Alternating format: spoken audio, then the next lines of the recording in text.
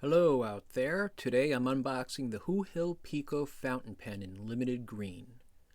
This pen comes with steel medium nib and is an obvious copy of the Wes Anderson Montblanc Shreiberling, which had a limited production run. This is my first Hoohill brand pen and only my second pocket pen. As I go through this, I'll have my first experience writing with a pocket pen that isn't modeled after the Kaweco Sport. Alright, so this pen arrived today, ordered from, I believe, Temu. This particular model pen has been around for some time. This particular styling was initially, apparently, based on the ads anyway, presented as a limited edition thing, even for Hoohill. I had tried to order it probably about a month ago, but it was completely unavailable, and at the time I was only finding it with a fine or an extra fine nib. But eventually it was back in stock and available in a medium nib, so I grabbed it. I was surprised with everything it came with. It came with this, I'm going to call it a fall leather sleeve. It came with these refillable cartridges. They're what do they call it, syringe filled, or I think they're called syringe filled. And it came with a blunt nose syringe as well. A converter was also included. 2 packs of these cartridges were provided. They're the same thing in both packages. The boxes held them in nicely. There's maybe a half dozen in each box. They're short little things, and they feel like the same material that you might get any other pre-filled cartridge with. In this plastic sleeve is the blunt nose syringe I mentioned and the converter. The converter has smooth action. The knob turns easily. There's a spring inside as a little bit of a buffer, similar to what you see in other converters from other manufacturers. That blunt nose syringe is looks like the same exact syringe that I had bought a pack of elsewhere. The pen itself is nice. It feels like it's made of metal. I'm guessing brass or aluminum. The cap does not unscrew, it just pulls off. However, when you post it, it does screw into place, which is nice. Seen here with its shorter barrel in place, I believe. And the nib there is steel and medium.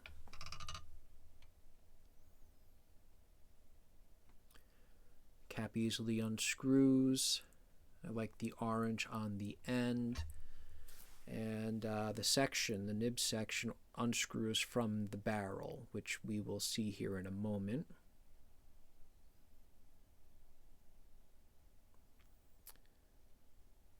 The converter clips in like any other. Here you can see a size comparison of the 2 barrels that are sent with this pen.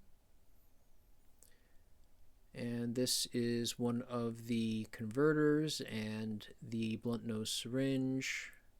You would fill the syringe from the ink bottle and just inject it right in, and then it clips right into the nib section. If you look inside the nib section there's a little bit of a post that fits right into place. It's a little tricky to line up. The assembled section with the cartridge fits into either barrel. With the converter, it only fits into the longer of the 2 barrels. I believe the Wes Anderson Montblanc has the shorter barrel, and I'm guessing they sent the longer barrel for those who might appreciate that. Not everyone is comfortable with a pocket pen and with the short barrel in place. This is short, but even with my larger hands, it's still comfortable to write with.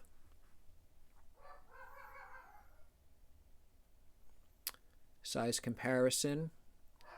This is it versus the Asvine C80 in brown gold, roughly 2/3 the length. This is a Majohn P140, a little bit shorter than the Asvine C80. This is a Majohn V60, a little shorter still, just a hair shorter.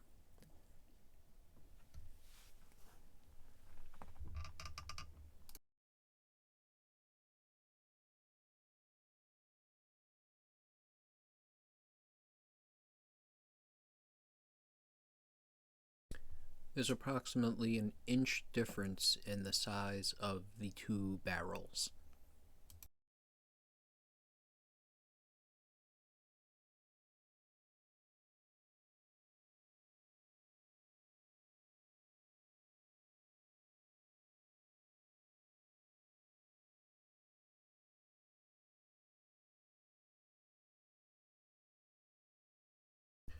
Let's take a closer look at this converter. This clips right into place. The plunger action is nice and smooth, and it fits perfectly within the barrel without any real issues. I quite like the look of the pen with the longer barrel. Size comparison versus the Asvine C80, and once again with the Majohn 140. I love the color of that pen.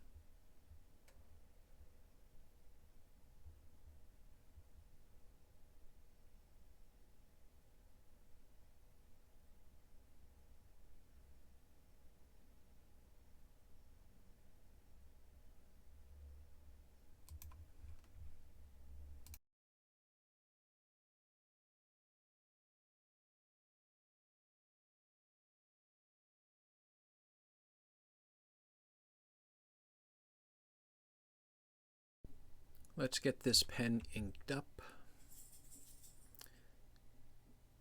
This is a bottle of Majohn Yusheng.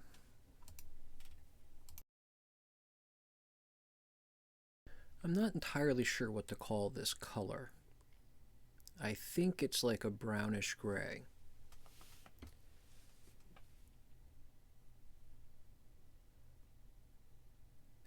We're going to start with the converter. I'm going to dirty fill this, dipping the whole thing in and getting some ink into the converter.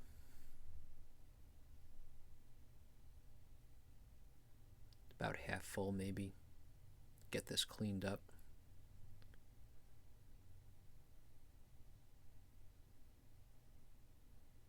And don't forget to wipe the bottle, otherwise a crust might form.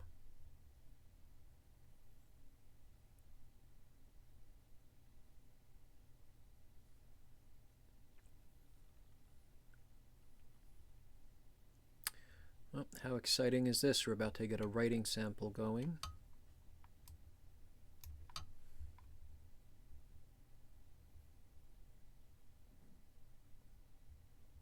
It's always exciting to see a new pen inked and ready to go.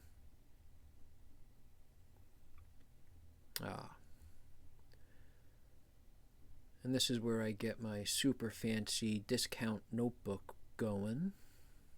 It was on sale, that's why I bought it.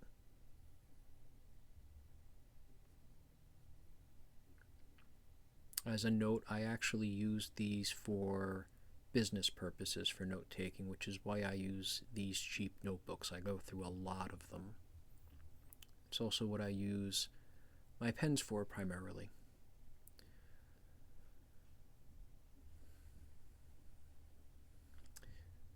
So it's novel. This is definitely unique. Hoohill Pico, limited green.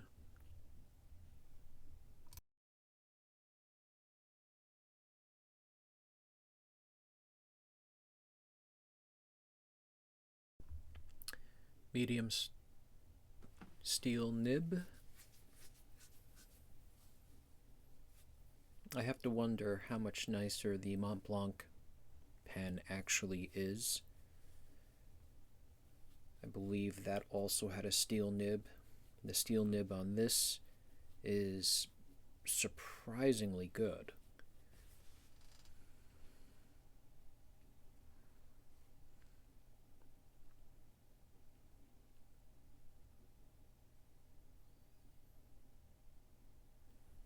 Line thickness is consistent, horizontally and vertically. Good flow. Ink comes right through the feed. No railroading or scratching.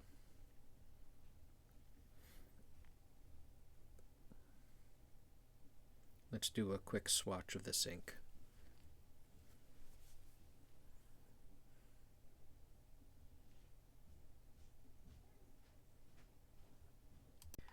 I know I said I thought this was a grayish brown, but that almost looks like a grayish blue. What do you think?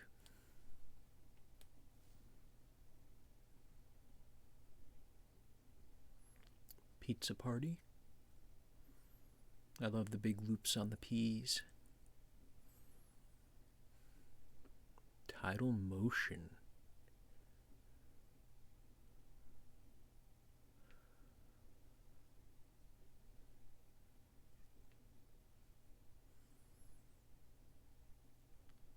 Big loop on the S. Please be more specific with your request. Oh, that triggered my phone. Look at the shading on this ink.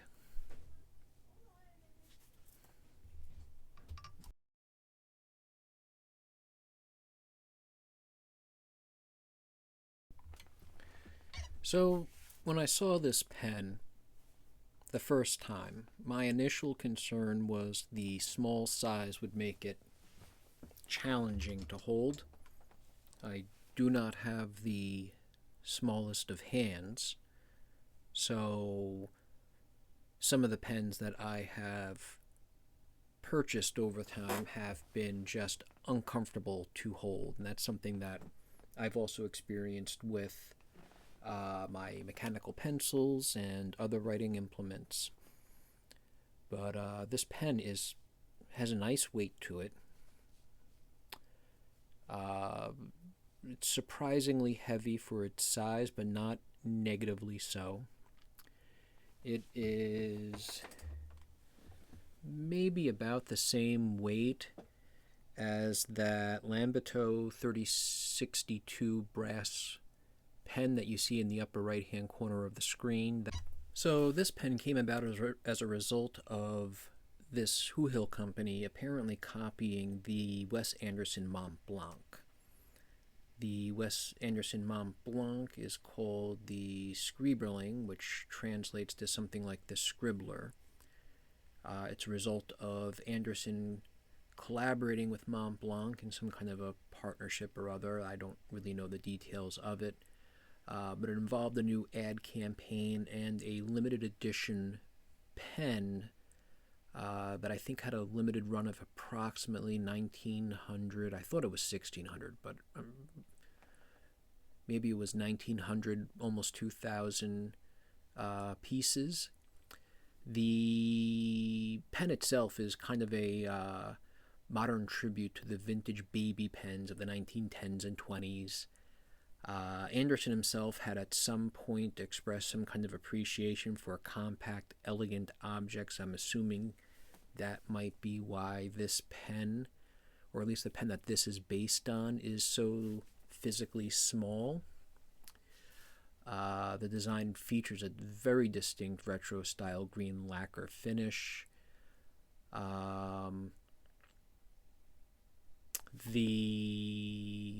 Beyond the product itself, Anderson had directed a couple of short films for the advertising campaign that the Montblanc was derived from.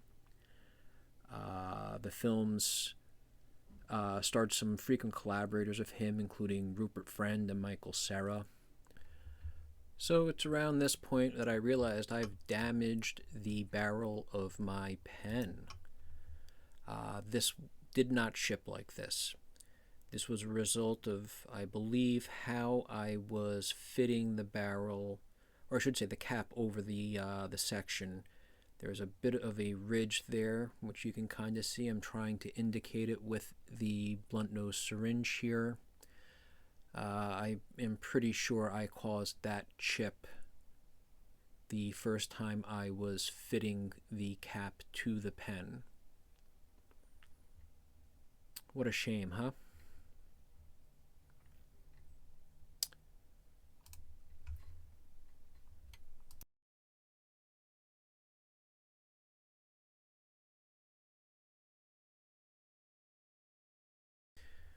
Let's try using one of these refillable cartridges. I'm going to suck the ink out of the converter and transfer it to a cartridge. This should go relatively smoothly, although there will be some residual ink left in the syringe as a result of just the design of the syringe itself. It's a small amount of ink. Worse things have happened. I probably spill twice that amount in any given week. Not that worried about it. But I'll do my best to get as much out as possible. We'll get this pen reassembled as soon as I find the section. And we're going to go with the smaller, shorter barrel this time. Get this posted. And of course this will have no impact on the writing sample.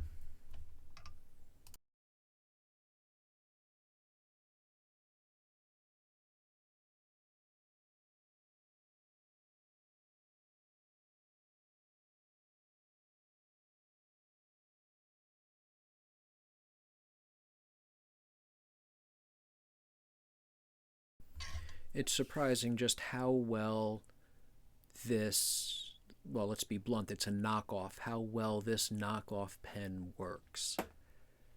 It's really been quite interesting seeing the overall quality improvement with a lot of the pens from China-based manufacturers such as Hoohill. This is my first Hoohill pen. I shouldn't maybe name drop them as I'm unfamiliar with them, but absolutely Majohn, Jinhao, Junlai, also known as Wing Sung. The pens that they've been putting out, the nibs they've been putting out in the last year especially, have really improved dramatically with specifically their newer models.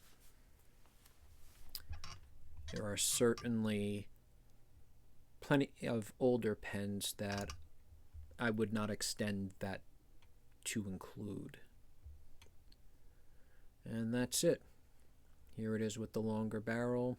There's my syringe. There's my converter.